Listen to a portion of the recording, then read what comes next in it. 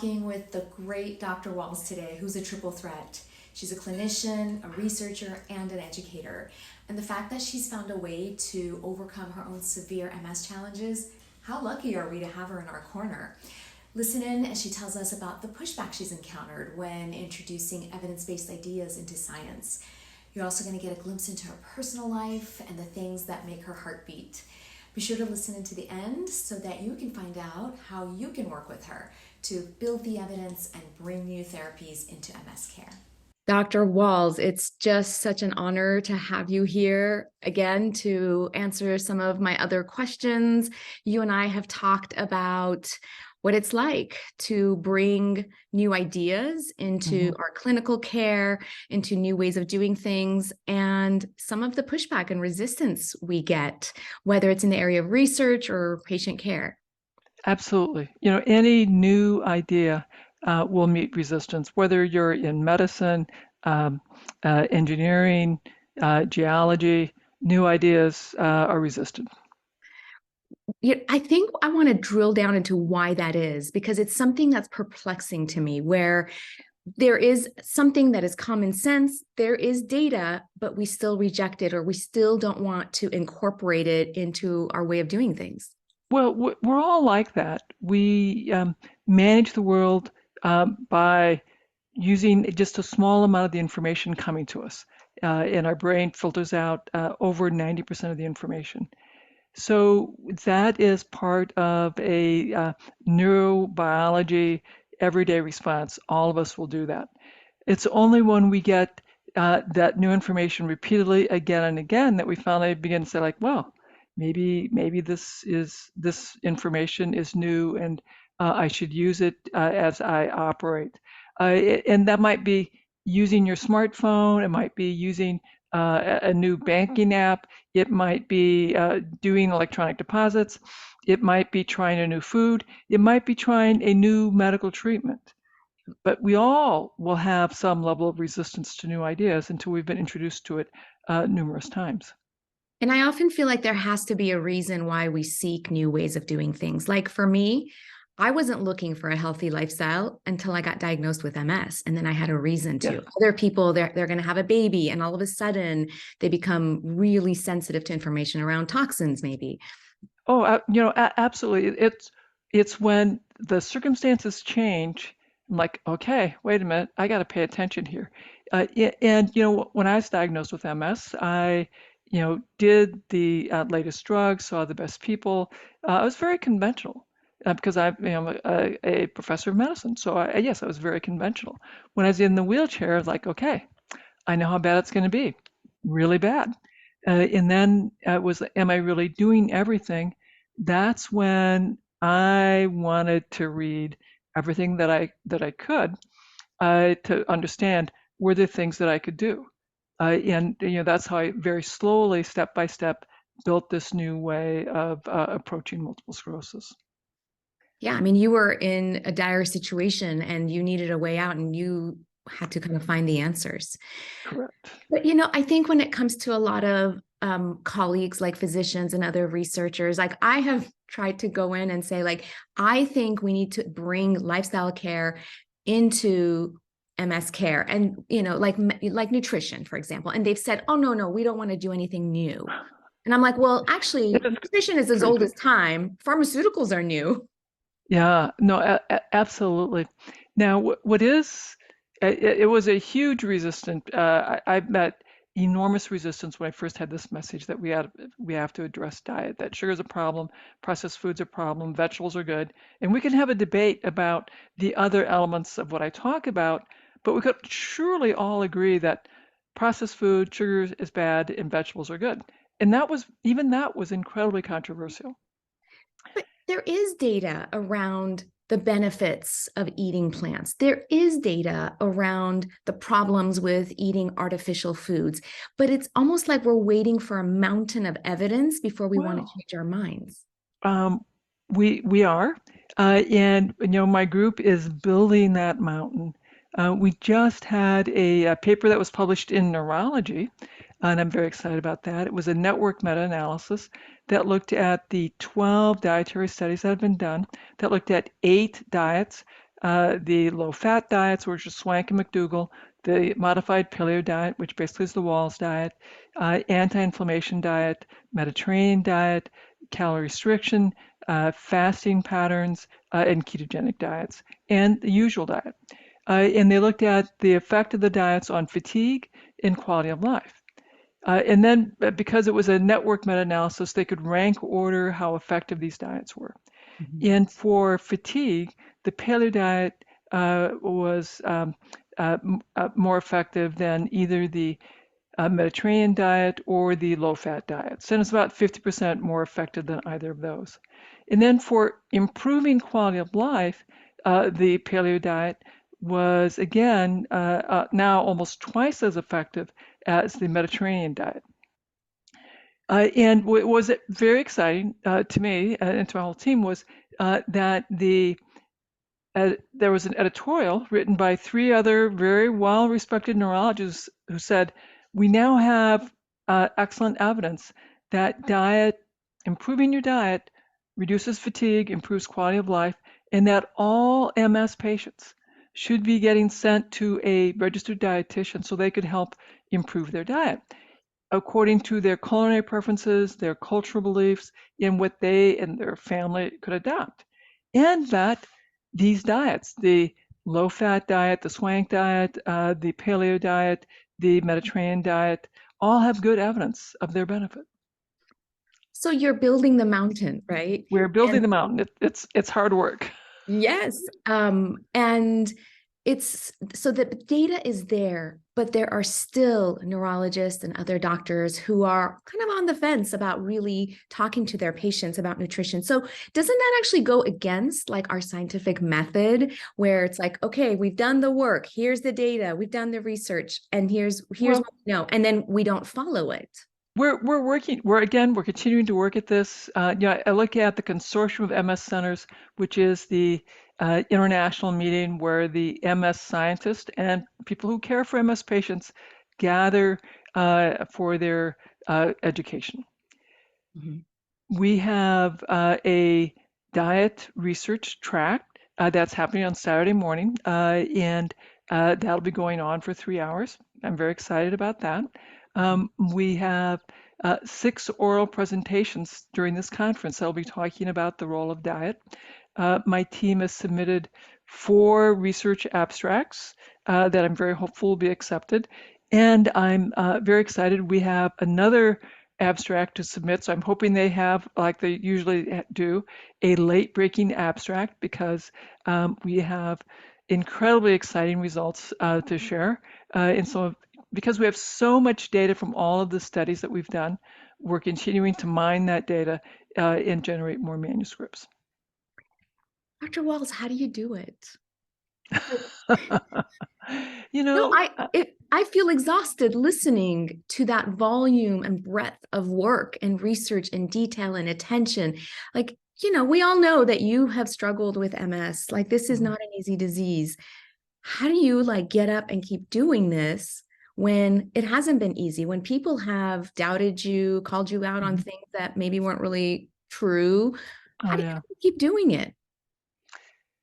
I remember what it was like when I was profoundly disabled. In 2007, could not sit up, having brain fog, having severe trigeminal neuralgia. It was clear to me that my future was bedridden, demented, and dying with intractable pain. My pain is gone, my fatigue is gone, my mental clarity is gone. I am now jogging. I feel that's a moral duty to let everyone with MS know that there's so much they can do. I love my work. I love what I'm doing. I love helping the new postdocs with their manuscripts. I love advocating, having conversations with potential donors about the research that we're doing. My daughter says, Mom, like you work all the time. And then my wife says, but she loves it. That's her joy. That's her happy place. Changing the world is immensely satisfying. Seeing that network meta-analysis get completed and seeing the results, immensely satisfying. Talking with my postdocs about the next round of data that we should analyze in mine, and then getting the results and go like, oh my, now that was really pretty exciting results. We got to get that into the late breaking abstract. Yeah. My biggest challenge is that I have to really work at meditating at night to fall asleep because I'm so excited by the work that I'm doing. I can understand how that might feel and the gratification that you get from it. And I think what you're describing is purpose. Like this gives you purpose to get up in the morning and to do the thing that you love. And I have a feeling that your brain is going 24/7 on this. You know, it's what I call the BHAG, the big, hairy, audacious goal, changing the standard of care for multiple sclerosis patients so that diet and wellness routines are given as much priority as any disease-modifying drug treatment, and that patients are told that that is, in fact, the most critical thing that they need to do, and that they can elect to add in disease-modifying drug treatments to turn off disease activity with the goal of perhaps someday being able to manage all of this with diet and self-care. Absolutely. And I think you and I both, as physicians and patients living with MS, have had great success by putting lifestyle and nutrition into practice. I didn't know the first thing about lifestyle at the time of my diagnosis. I had to go learn it and then do it. And then I've had, like, I couldn't move this arm very well 10 years ago. And that's what ended my career in anesthesia. But having had the personal experience of what can happen when you believe that change is possible, and then you do the hard work to get you there, it's inspiring. Like you, I devote all my time to figuring out how to get this stuff into MS care, calling neurologists, trying to figure out like what are different avenues of us making sure that this is part of the standard of care. Because I think if we're ignoring this, we are not giving our patients a complete picture. Oh, And absolutely. yeah, Absolutely. is that not malpractice, So I talked to the medical students here at the University of Iowa that, and I also talked to the college about that we have to have our medical students learn how to eat well, how to meditate, how to exercise. And if they will do that during medical school, they'll survive medical school in much better health. If they'll do it then during residency, they'll survive residency in much better health. And then they will also implement these things in their clinical practice. Because if you aren't doing it yourself, you will never implement it in your clinical practice. And if you do implement it in your clinical practice, your patients will know that you are just talking theory, you aren't talking experience. And our patients care far more about experience than theory. Absolutely. And, I think about what doctors in training go through. They're asked to stay up all night. They're eating the free hospital food. There's immense stress. It's actually terrible what we do to our medical students and residents. And I know it's changed and it's improved over the last few decades, but it's still nowhere where it should be, where it's a more humane treatment of just our people who are trying to work hard to take care of others. And, one thing you just said that made me think about, when we don't learn something in medical school, it feels unimportant. I never got nutrition training, I didn't know what a microbiome was, and I graduated in 2003 from med school. When we don't learn something within the context of our medical training, it feels irrelevant. And this is why we have to bring this stuff into medical education, because all of a sudden we're giving it importance and hopefully getting buy-in from our future doctors that this is important, and we do have to walk the talk so that our patients will also do the same. There are a few schools that have culinary medicine and some culinary medicine classes. I think that's tremendously exciting. That is the future, where we teach physicians how to create health, as opposed to only focusing on treating disease. Yeah. It's so important. It's really the foundation of health. You can throw pharmaceuticals at people to treat every ailment and every symptom, but that doesn't solve the underlying problem. And if you want to clean up your cellular health, You got to, clean up your lifestyle. And we just aren't teaching that. But I think a lot of it is patient driven. Patients are asking these questions more of the Correct. doctors, and hopefully that'll drive change. And that's why, and part of what I'm doing that is so radical. So I do my research here at the university. I do, I have a big social media presence, and I do free lectures for the public. I'm doing a free MS summit later this summer in an effort to educate. My goal is to educate all 1 million people with MS that there is so much that they can do, and to educate the 2.8 million people globally. And that is the beauty of the internet.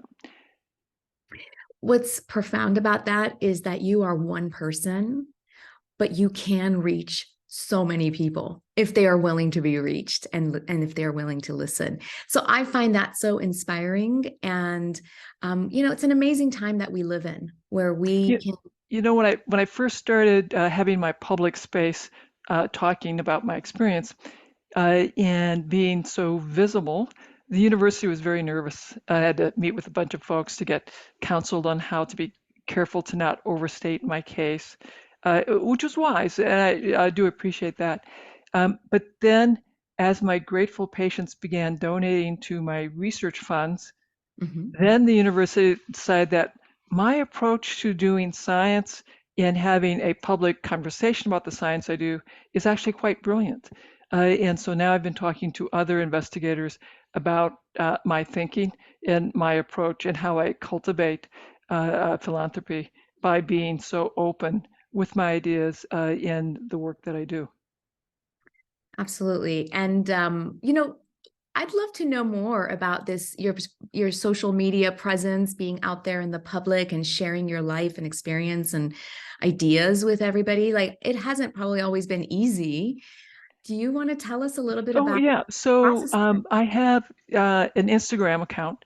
In my Instagram account, we occasionally will have some infographics kinds of messages, Mhm. but most of what you see is what I'm eating, what I'm doing, talking about my journey, giving people, a short message of something that they can do. And of course, you're seeing my life. So occasionally you see the political stuff I have in my background, and people will complain they don't want to see any of my political views.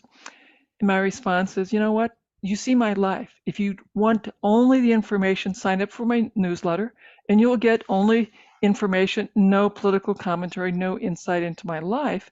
But if you want to see what I'm thinking, what I'm doing, what I'm working on, then follow me on Instagram because you get to see my life. Well, that's the whole point of being, I think, present in social media, is to share how you do it. And, Correct. and to People want, sanitize it doesn't really do anybody any good, right? right. If they want beautiful, sanitized, well-produced stuff, they have to go somewhere else. If they just want something that's incredibly authentic because it's just me doing posts, my wife doing posts, making videos of me talking about what I made that night for supper, then Yeah. follow me. And people really seem to enjoy that. They love that. They love me talking about our dog and my garden, taking hikes, and talking about the ups and downs, and acknowledging the fact that it has been a grind, that there have been struggles, that there have been people who have accused me of faking MS, of pretending to be in a wheelchair for 4 years. I'm like, man, that's real dedication to do that for 4 years. Yeah. Or that all of the physicians who've cared for me were incompetent and that I never had MS because you cannot recover from progressive MS. And of course, my response is, well, okay, so let's say maybe they did make a mistake and I didn't have MS.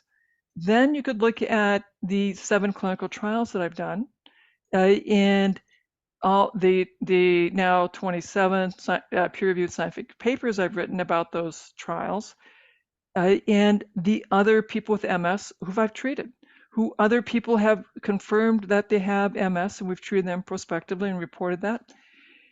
So if you're open to new ideas, if you're open to science, then it becomes harder and harder to discount me. And I would say that it's a 30-year journey to change the standard of care. Mm-hmm. I'm now 15 years into that journey. And we're halfway there. You know, the first paper that we wrote, which was about that first single-arm study where we used my protocol that I used for my recovery in others with secondary and primary progressive MS. It took me 2 years to find a journal that would accept that paper because it was such a radical idea, this, you know, complicated multimodal intervention. But then we're able to start, you get the first paper in, it's easier to get the next paper. And now my lab, you know, 15 years later, finally got a paper into neurology. And that paper got a accompanying editorial. So we've gone from really crazy, wild, dangerous to this brilliant innovator who is the grandmother of diet interventions in MS, because I can tell you, none of this would be happening without that TED Talk that went viral, without my best-selling Wahls protocol, which caused the MS Society, because they monitor social medias, and they saw the explosion of social media mentions about diet, wellness, the Wahls protocol, Dr. Wahls, that completely swamped all of the conversation about disease-modifying drug treatments combined. They held a wellness conference, decided that diet and wellness needed to be a research priority, and put money into pilot diet studies. And the study that we did, Wahls versus Swank, was one of those studies. That launched the dietary intervention studies that we were then able to do that network meta-analysis on. And all of that happened because the public demanded it. Because, you know, when I wrote my book, when I told my story, the public got intrigued. And the public pushed the MS Society. The public is beginning to push their neurologists, their specialists, to say, I want someone who will address the environmental factors. I want someone who will help me improve the quality of my life. Yeah.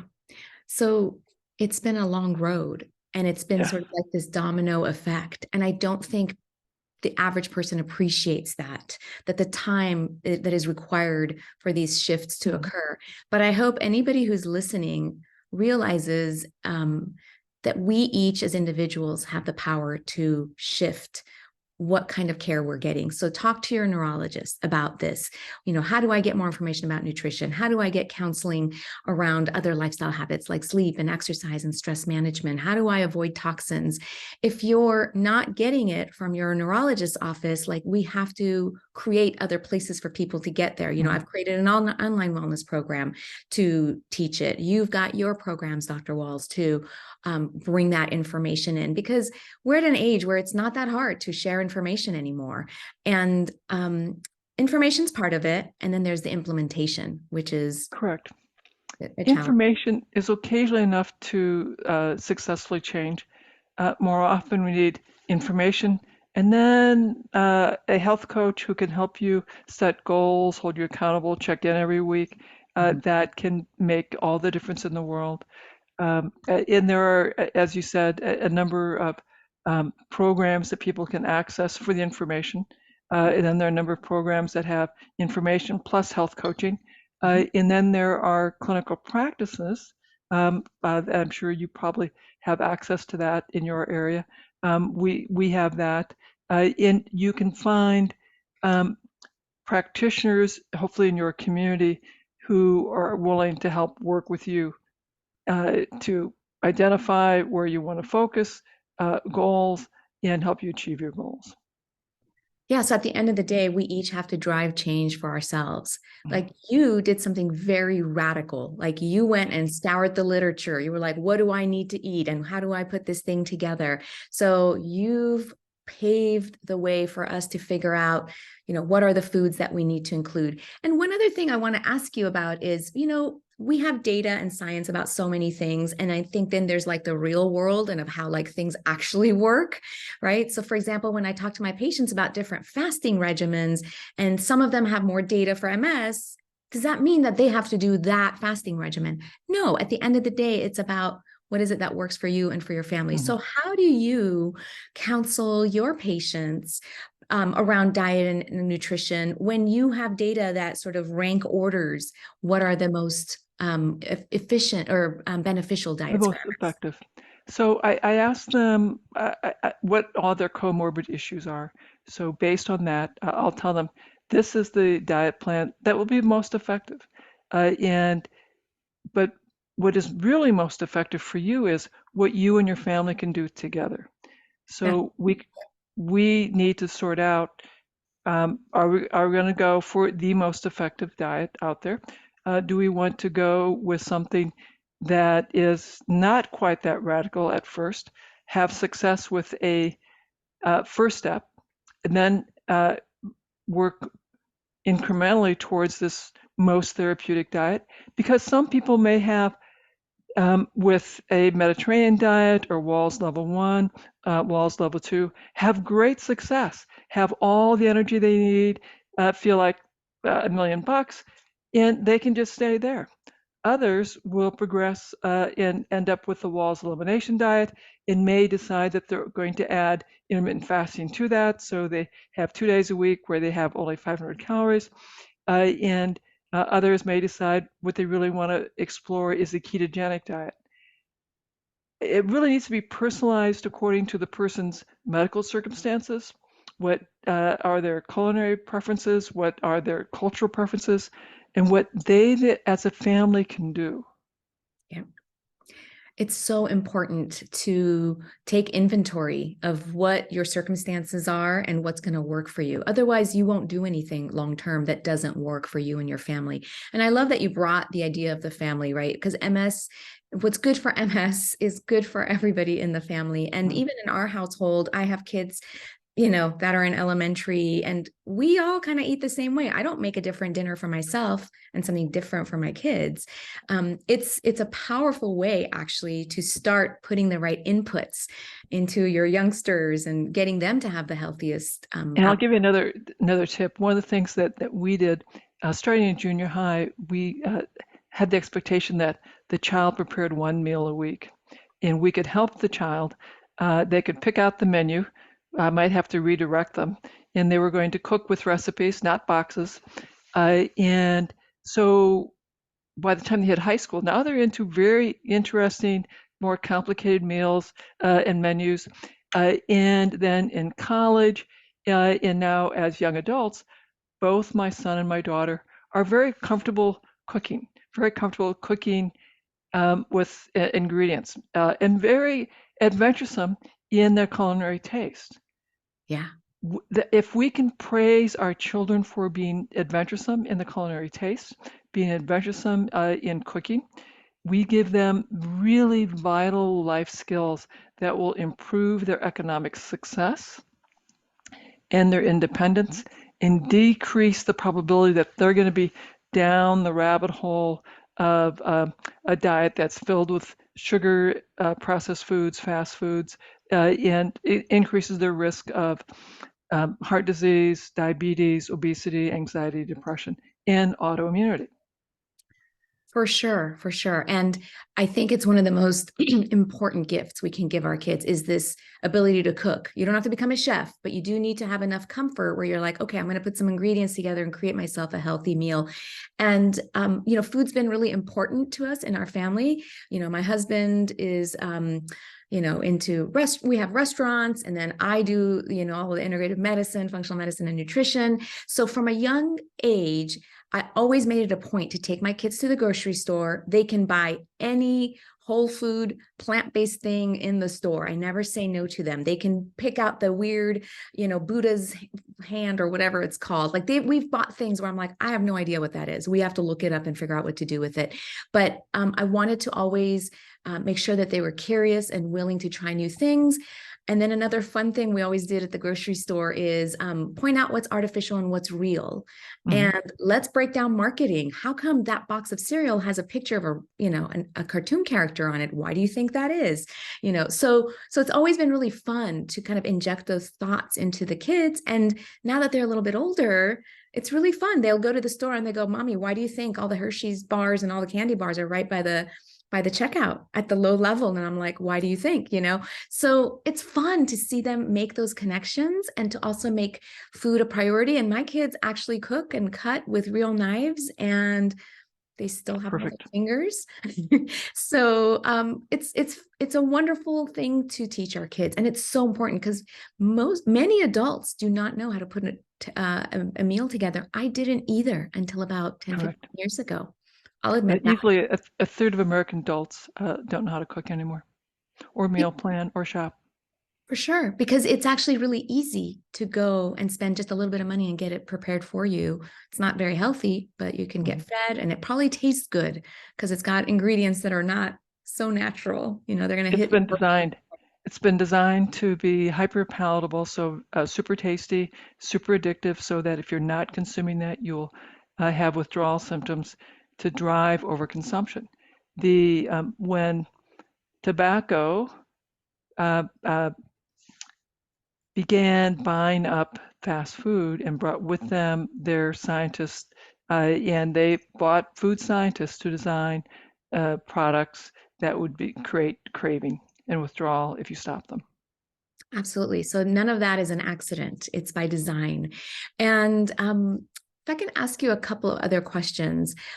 When you have recommended to your patients to work on diet, what are some other things you add on to that to help them round out their lifestyle? Like, what do you think are the most important things? Understanding what is your why. To creating new habits, extinguishing harmful habits is work. And for us to be willing to do the work, it's very, very helpful to understand what is my why, what is my mission. Now, as I was becoming disabled, that was, my children. And for many of my patients, it's their children, it's their grandchildren, it may be their spouse. Sometimes there is a immense professional calling. If people then tie in, because I want to be more effective for my kids, I want to play with my kids again, my grandchildren again, I want to be able to take walks with my spouse again. Now, if I can tie in what are my actions I'm going to take for improving my diet to my why, it's easier to do the work. So that's one of the first conversations I have is, let's get clarity around your why. Then I invite people to have a big, hairy, audacious goal, and that's lots of fun, and to do some free writing about that. And then we do a little exploration of what is your hero's journey.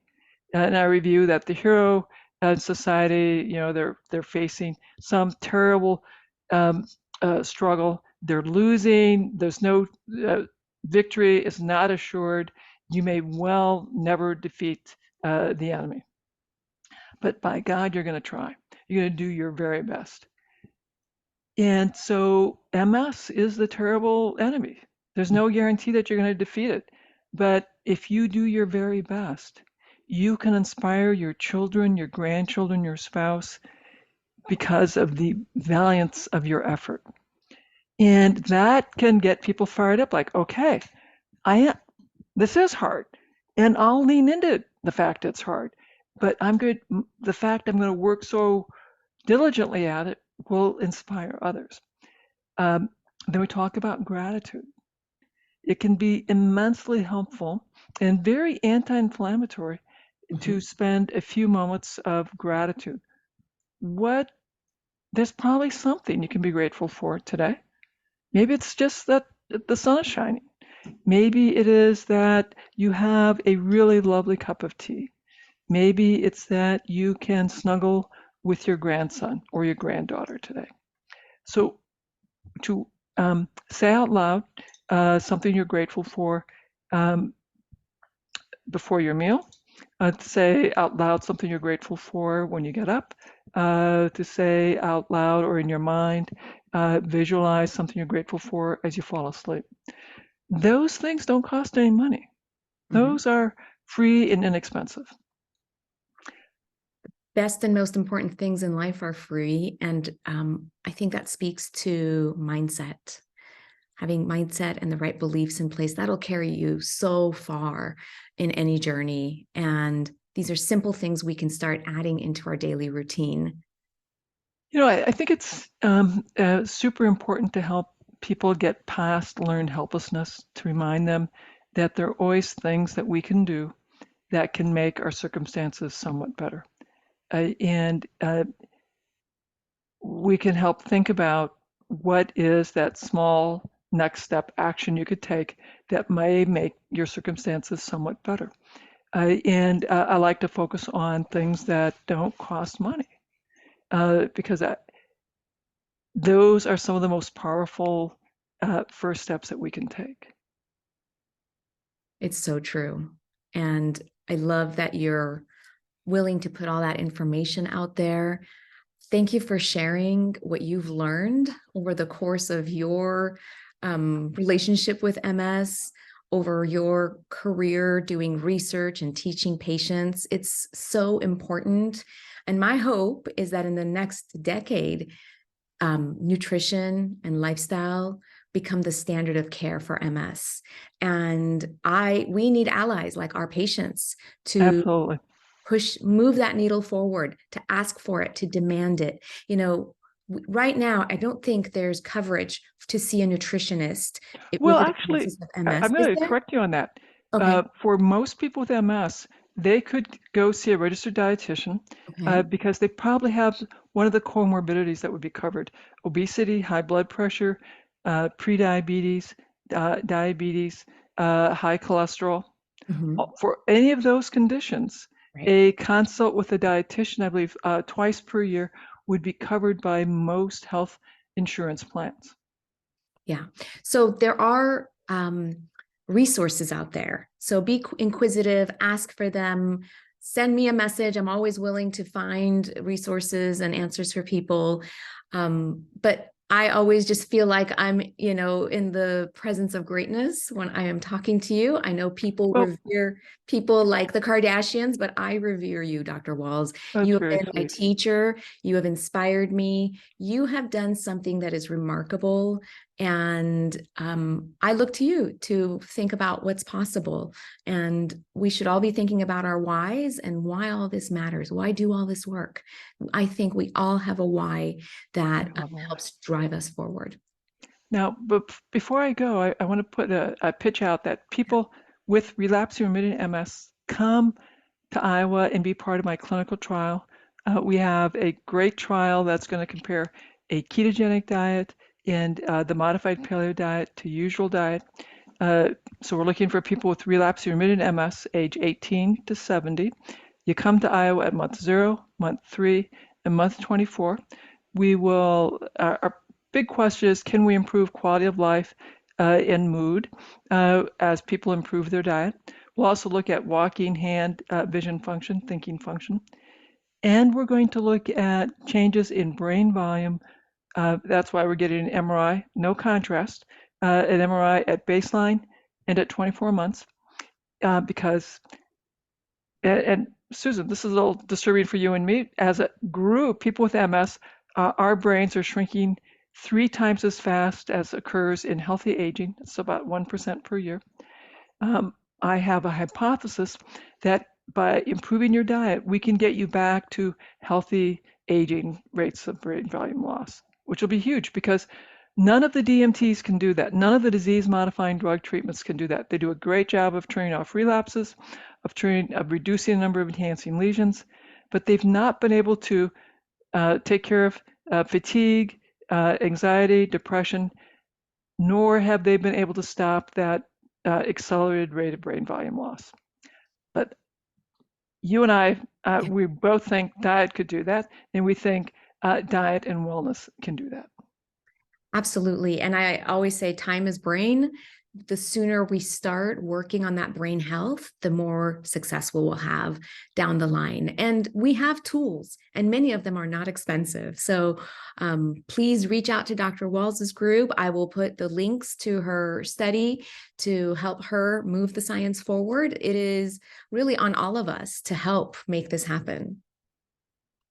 So thank you for being here, and I look forward to your future studies and great work.